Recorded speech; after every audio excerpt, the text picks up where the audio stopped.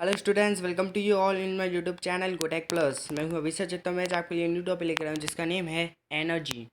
जैसे आप जानते हैं, the Hindi meaning of the energy is शक्ति और बल कहते हैं हम एनर्जी को हिंदी में, but in the physics it is different. Energy क्या है? एनर्जी जो है वो इक्वल होती है अमाउंट के, means amount of the work. जितना आप वर्क करते हो उतने ही इक्वल एनर्जी होती है। जितना आप वर्क करोगे उतनी ही एनर्जी की रिक्वायरमेंट आपको होगी। That is called only the energy. Let's start it now. Introduction to energy. Energy का introduction. First is energy is the ability to do work. Energy क्या है? एक क्षमता है। क्या है? क्षमता। टू डू वर्क, वर्क करने के लिए एक क्षमता है एनर्जी।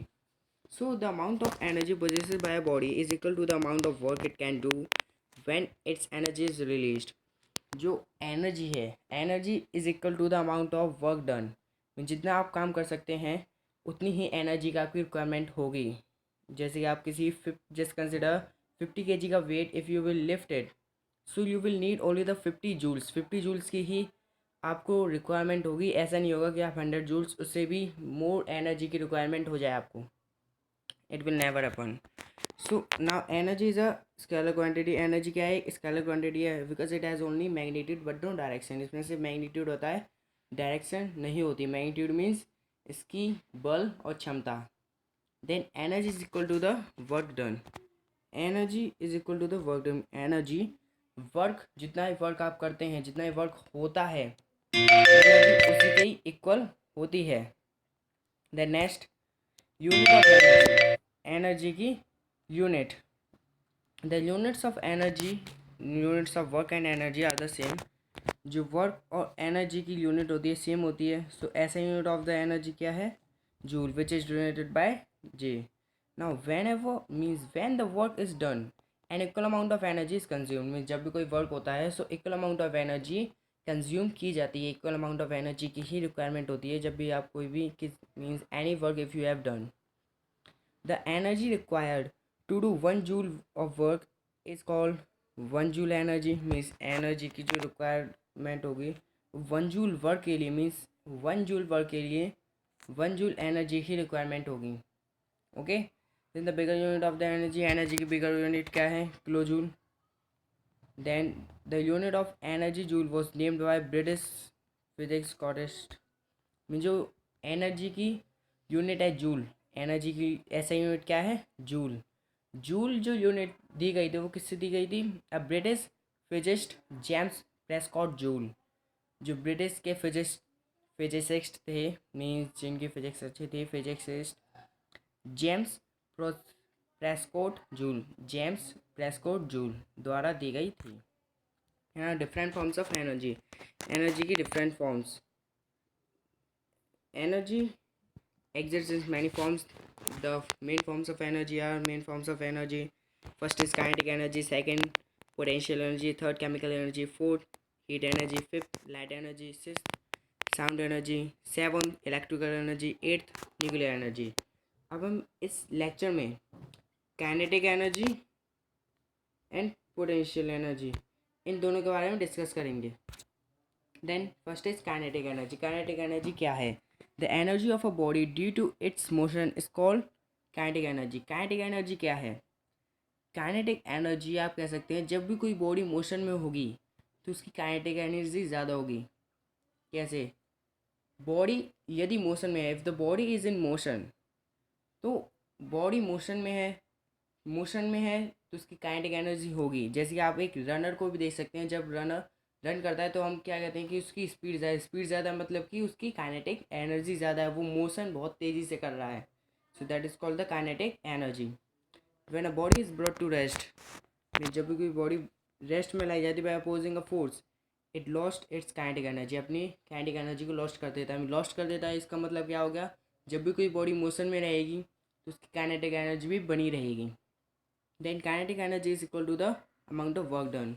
में जितना भी वर्क कंप्लीट होगा उसी के इक्वल क्या होगी? Kinetic energy. जितनी बार काइनेटिक एनर्जी यूज़ करेंगे उतना ही वर्क कंप्लीट होगा।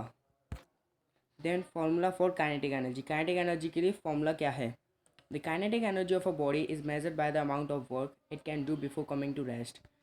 मीन्स जो काइनेटिक एनर्जी होती है बॉडी की, वो किससे मेज़र की जा सकती है? By the amount of work it can do before coming to rest. Means rest में आने से पहले जितना भी वर्क वो कंप्लीट कर सकती है। काइनेटिक एनर्जी, इस काइनेटिक एनर्जी किसी बॉडी में मेज़र कैसे की होती है? जब जितना ही वो वर्क कर सकती है बिफोर कमिंग टू रेस्ट, कम रेस्ट में आने से पहले जितना ही वर्क वो कर सकती है उसे काइनेटिक एनर्जी कहेंगे। The formula for kinetic energy का फॉर्मूला क्या है?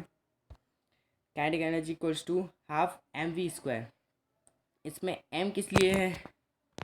जो एम है वो है मास के लिए, किसी बॉडी का mass of the body, and velocity V for velocity means speed, उसकी स्पीड कितनी है, स्पीड का स्क्वायर, कि 8 मीटर पर सेकंड की स्पीड से है, 5 मीटर पर सेकंड की स्पीड से, 7 मीटर पर सेकंड की स्पीड से, कितनी स्पीड से है। And mass 60 kg, 10 kg, 1000 kg, 1000 kg, कितना भी। Then kinetic energy of a body is depend on the mass and velocity. Okay, जो kinetic energy of a body है वो मास और वेलोसिटी पर डिपेंड करती है बॉडी की। इसलिए इसका जो फॉर्मूला है which is equal to the half M V square, इसको आपको रिमेंबर याद रखना पड़ेगा। Then some important conclusions, means some important conclusions. If the mass of a body is double, अगर बॉडी का मास डबल है तो उसकी काइनेटिक एनर्जी भी डबल हो जाएगी। So its kinetic energy also gets double. If the mass is half then the kinetic energy is also gets half. कैसे? कि जो मैंने आपको बताया था काइनेटिक एनर्जी मास और वेलोसिटी, बॉडी के मास और वेलोसिटी पर डिपेंड करती है। यदि मास ज़्यादा है तो मास या वेलोसिटी दोनों में से जितने भी ज़्यादा हैं तो काइनेटिक एनर्जी भी ज़्यादा हो जाएगी, अगर कम है तो काइनेटिक एनर्जी भी कम हो जाएगी। Then the kinetic energy of a body is depend on the mass and velocity of the body. So the heavy bodies moving with high velocities have more kinetic energy. में जो heavy bodies होती हैं उनमें जो ज़्यादा velocities होती हैं, velocity ज़्यादा स्पीड होती है, उनमें ज़्यादा काइनेटिक एनर्जी होती है। Then now potential energy. Potential energy क्या है? The energy of a body due to its position और change in the shape is known as potential energy. जो पोटेंशियल एनर्जी होती है वो उसकी पोजीशन और उसकी शेप से ही पता पड़ जाती है। कैसे? जैसे कि आप देख सकते हैं इस फिगर में, इस डायग्राम में, ये ब्रिक है। ब्रिक कहाँ रखी है? हाइट पे, मीन्स ऊपर की तरफ रखी है। तो ऊपर की तरफ रखी है तो इसके जो बीच में इसकी जो हाइट होगी वो, और ये सरफेस से ऊपर रखी है।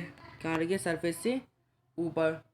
तो इसमें जो एक्सेलरेशन, जो ग्रेविटी होगी, ग्रेविटी इसको नीचे की तरफ पुल करेगी, अपनी की तरफ अट्रैक्ट करेगी। जब वो नीचे गिरेगी तो उसका एक्सेलरेशन ड्यू टू ग्रेविटी हो जाए। कैसे? क्योंकि जो एक्सेलरेट करेगी वो ग्रेविटी के द्वारा करेगी। कैसे? क्योंकि ग्रेविटी उसको पुल करेगी, अट्रैक्ट करेगी टुवर्ड्स इट। सो इसका जो this energy possesses the gravitational force, ये एनर्जी क्या करती है? ग्रेविटेशनल फोर्स को पोजेस करती है।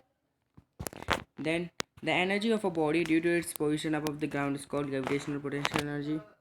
Gravitational potential energy, that जो एनर्जी मीन्स जो सरफेस से ऊपर रखी जाती है। कोई ऑब्जेक्ट अगर सरफेस से किसी भी हाइट पे रखा जा रहा है तो हाइट पे रखने से जो ग्रेविटेशन फोर्स, जो फोर्स ऑफ ग्रेविटेशन के अगेंस्ट वर्क कर रही है बॉडी, वो क्या होगी? Gravitational potential energy.